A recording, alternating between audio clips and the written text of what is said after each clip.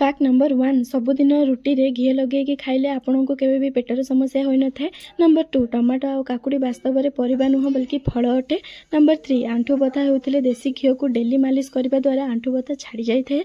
Number 4 सबु बेले सुस्थ young और सुंदर देखा जिबा को चाहउछन्ती जति ताले डेली गोटी गोटी अळा खांतु।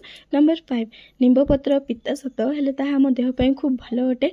एहा खाइबा द्वारा हमर इम्यूनिटी पावर टी स्ट्रांग होई थाए। नंबर 6 लेंबू रे तुलसी मिसई की पीले ओजन कम हुए और त्वचा मध्य चमकी थाए। ता सहित आम मुहर देखा जाउथबा दागर समस्या मध्य दूर होई थाए। नंबर 7 पतला लोक चना सह खजुरी खाइबा द्वारा जल्दी जल्दी तांको ओजन बढ़ी थाए।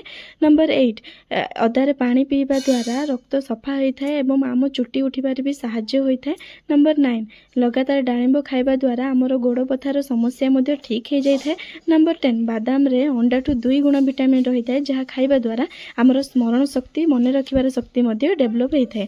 नंबर 11 अखरोट खाइबा द्वारा टेंशन दूर होई थाए एवं हमको जदि निद आसनथबो ताले निद भी बहुत भलो भाबरे आसी थाए। नंबर 12 मखाना खाइबा द्वारा हमर डायबिटीज होची कंट्रोल ले रही थाए। नंबर 13 खाली पेट रे बादाम खाइबा द्वारा पूरा दिन एनर्जी बॉडी रे भरपूर ही रही थाए। नंबर 14 शीत दिने बादाम खाइबा द्वारा दांत सफा रही थाए एवं हम हाड़ गुड़िक मध्य मजबूत रही थाए। नंबर 15 डेली पालंग साग खाइबा द्वारा चुटी झड़ीबा बंद हो जाय थाए एवं चुटी उठिबा आरंभ हो जाय थाए। नंबर 16 लगातार अल्कोहल पीवा द्वारा कैंसर संभावना खूब अधिक बढ़ी जाय थाए। नंबर 17 छोट पिला जदि आमे पनीर खाइबा को देबा ताले तांकर मानसिक और शारीरिक कष्ट दूरी दे थाए। नंबर 18 सोइबा आगुरो जदि अदा खाइबा द्वारा पेट आगो को बाहरी न थाए। नंबर 19 मांस को लगातार खाइबा द्वारा मनुष्य चिड़चिड़ा स्वभाव पशु मानक स्वभाव होई थांती।